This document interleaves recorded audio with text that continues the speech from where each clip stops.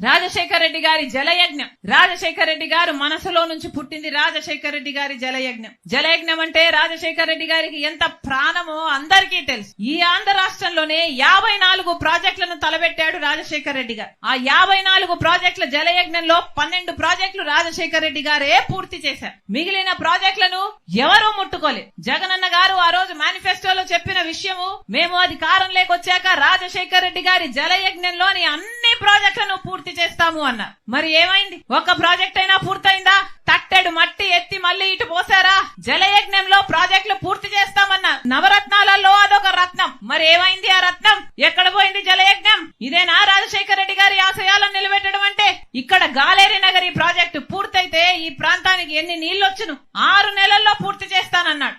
6 నెలలు పూర్తయిపోయి ఎన్ని సంవత్సరాలు అయిపోయింది? దానికి దిక్కు లేకుండా పోయింది. ఇదేనా రాజశేఖర రెడ్డి గారి ఆశయాలను నిలబెట్టడం అంటే? రాజశేఖర రెడ్డి గారు ఒక మాట చెప్తే మాట తప్పడు, మడమ తిప్పాడు. అది రాజశేఖర రెడ్డి గారు. కానీ రాజశేఖర రెడ్డి గారి ఆశయాలను నిలబెడుతున్నామని చెప్తున్న వీళ్ళు ఒక్క మాట అంటే ఒక్క మాట అయినా నిలబెట్టుకున్నారా? మేనిఫెస్టోలో ఇన్ని మాటలు చెప్పారే, మేనిఫెస్టోలో ఏం చెప్పాడు జగనన్న గారు? పూర్తి మద్యపాన నిషేధం చేస్తానన్నాడు. మద్యం అనేది లేకుండా చేసినాక తర్వాతనే నేను వచ్చి ఓట్లు అడుగుతాను అన్నాడు. ఉందా ఇప్పుడు మద్యం? ఉందా? మద్యపాన నిషేధం అయిపోయిందా?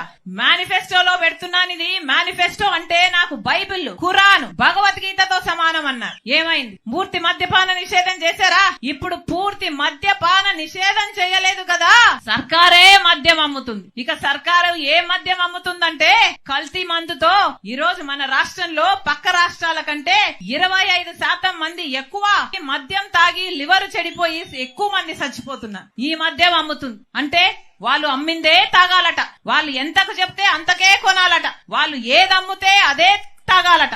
ఏమేమి అమ్ముతున్నారు? భూమ్ అంట, స్పెషల్ స్టేటస్ అట. ఇప్పుడు కొత్తగా చెప్తున్నాడు మన రాకేష్, డిఎస్సి కూడా వచ్చిందట. ఎక్కడయ్యా వాగ్దానాలు ఎక్కడ నిలబెట్టుకున్నారు అంటే మందు షాప్ లో నిలబెట్టుకున్నారు. ఇదేనా రాజశేఖర రెడ్డి గారి ఆశయాలను నిలబెట్టడం అంటే? పూర్తి మద్యపాన నిషేధం అని చేస్తామన్న వారు ఈ రోజు మద్యం మాఫియా చేస్తున్నారు, లిక్కర్ మాఫియా చేస్తున్నారు. ప్రపంచంలో ఎక్కడా లేదు ఇట్లా క్యాష్ తీసుకొని మాత్రమే మద్యం అమ్మడం. అంటే క్యాష్ మాత్రమే తీసుకుంటున్నారంటే ఎంత మద్యం అమ్ముతున్నారో ఎవరికీ తెలియదు. స్టేట్ ట్యాక్స్ కట్టడం లేదు, సెంట్రల్ ట్యాక్స్ కట్టడం లేదు. మొత్తం ఈ డబ్బులన్నీ వైసీపీ నాయకులకే పోతున్నాయి. మొత్తం మద్యం మాఫియా నడుపుతున్నారు. ఇదేనా రాజశేఖర రెడ్డి గారి ఆశయాలను నిలబెట్టడం అంటే? ఒక్కసారైనా ఒక్క మాట అంటే ఒక్క మాట అయినా నిలబెట్టుకున్నారా?